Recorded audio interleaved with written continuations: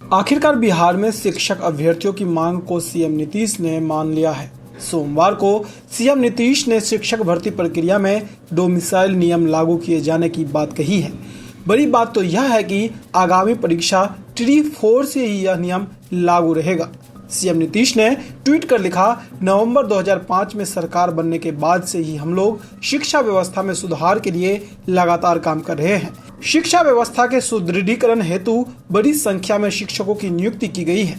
शिक्षकों की बहाली में बिहार के निवासियों यानी कि डोमिसाइल को प्राथमिकता देने हेतु शिक्षा विभाग को संबंधित नियम में आवश्यक संशोधन करने का निर्देश दिया गया है। यह ट्री 4 से ही लागू किया जाएगा। सीएम नीतीश ने आगे लिखा, वर्ष 2025 में ट्री 4 और वर्ष 2026 में ट्री 5 का आयोजन किया जाएगा। ट्री 5 के आयोजन के पूर्व STET का आयोजन करने का भी निर्देश दिया गया है।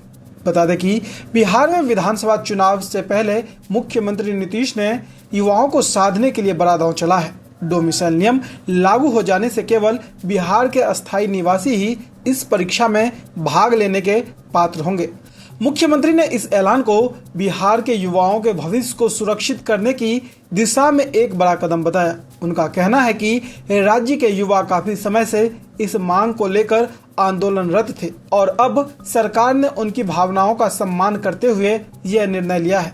ऐसे में आपके मन में सवाल होगा कि आखिर डोमिसाइल नियम क्या है, इससे बिहार के अस्थायी निवासियों को क्या और कैसे फायदा होगा। इससे पहले शिक्षक भर्ती में क्या हो रहा था, सारे सवालों का जवाब देंगे। आप वीडियो के अंत तक बने रहिए।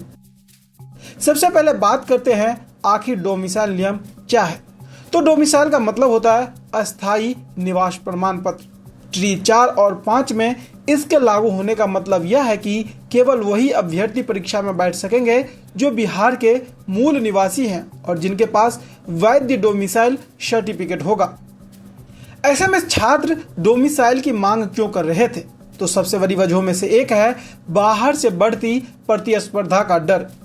बिहार के शिक्षक बहाली में देश के किसी भी राज्य के अभ्यर्थी भाग ले सकते थे।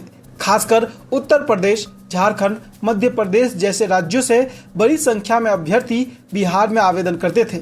इससे स्थानीय युवाओं को महसूस हुआ कि वे अपने ही राज्य में नौकरी से वंचित हो रहे हैं। डोमिसाइल की मांग की एक बड़ी वजह है बेरोजगारी। बिहार की बेरोजगारी दर पहले से ही काफी अधिक है। अब जब बाहरी अभ्यर्थी नियुक्त होते हैं तो स्थानीय युवाओं के अवसर और भी कम हो जाते हैं। इसके अलावा स्थानीय भाषा और संस्कृति की समझ का अभाव भी डोमिसाइल को जरूरी बनाता है। छात्र और शिक्षक संगठनों का तर्क था कि बिहार के स्कूलों में पढ़ाने के लिए स्थानीय भाषा, बोली और सामाजिक संदर्भ की समझ जरूरी है। बाहरी अभ्यर्थियों को यह समझ अपेक्षाकृत कम होती है, जिससे शिक्षा की गुणवत्ता प्रभावित होती है। डोमिसाइल की मांग में तर्क दिया गया कि अन्य राज्यों में डोमिसाइल पहले से लागू है।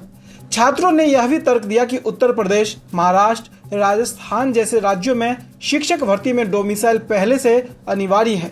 ऐसे में बिहार में डोमिसाइल लागू न होना एक तरफा प्रतिस्पर्धा माना जा रहा था। इसके अलावा स्थानीय प्रतिनिधि की भावना भी डोमिसाइल को जरूरी बनाता है। छात्रों का मानना था कि शिक्षण जैसी प्रतिष्ठित सेवा में स्थानीय युवाओं को प्रतिनिधित्व मिलना चाहिए। इससे राज्य में स्थायित्व और सामाजिक संतुलन भी बना रहेगा। लेकिन सबसे बड़ा सवाल है कि क्या मांग पूरी होने से समाधान होगा? डोमिसाइल लागू होने से बिहार के छात्रों को जरूर राहत मिलेगी, लेकिन यह शिक्षा व्यवस्था की व्यापक सुधार प्रक्रिया का सिर्फ एक हिस्सा है। भर्ती प्रक्रिया की पारदर्शिता, पाठ्यक्रम की गुणवत्ता और प्रशिक्षण तंत्र जैसे पहलुओं पर भी समान रूप से ध्यान देना जरूरी है। वही मामले पर छात्र नेता दिलीप ने कहा कि आज बिहार के युवाओं के लिए बहुत ही खुशी की बात है। हम लोग 5 जून संपूर्ण क्रांति दिवस के अवसर पर जो डोमिसाइल आंदोलन शुरू किए थे, बिहार सरकार और खास करके नीतीश कुमार से लगातार यह मांग कर रहे थे कि बिहार की भर्तियों में डोमिसाइल लागू किया जाए। तो आज बिहार के मुख्यमंत्री नीतीश कुमार ने डोमिसाइल लागू करने की घोषणा कर दी है। यह बिहार के युवाओं के साथ न्याय हुआ है। सरकार के इस निर्णय का सत्ता पक्ष और छात्र संगठनों ने जोरदार स्वागत किया है। वहीं विपक्ष पर अब यह दबाव है कि वह भी अपने स्तर पर स्थानीय युवाओं के हक में ठोस पहल करे। यह भी स्पष्ट है कि डोमिसाइल लागू होना केवल शुरुआत है। व्यवस्था में पारदर्शिता, गुणवत्ता और प्रशिक्षण सुधार जैसे मुद्दों पर आगे भी ध्यान देना होगा। कुल मिलाकर यह निर्णय बिहार के युवाओं को स्थानीय अवसरों में प्राथमिकता देने की दिशा में एक ऐतिहासिक कदम माना जा सकता है, जिसका असर आने वाले विधानसभा चुनावों पर भी साफ तौर पर देखा जा सकता है।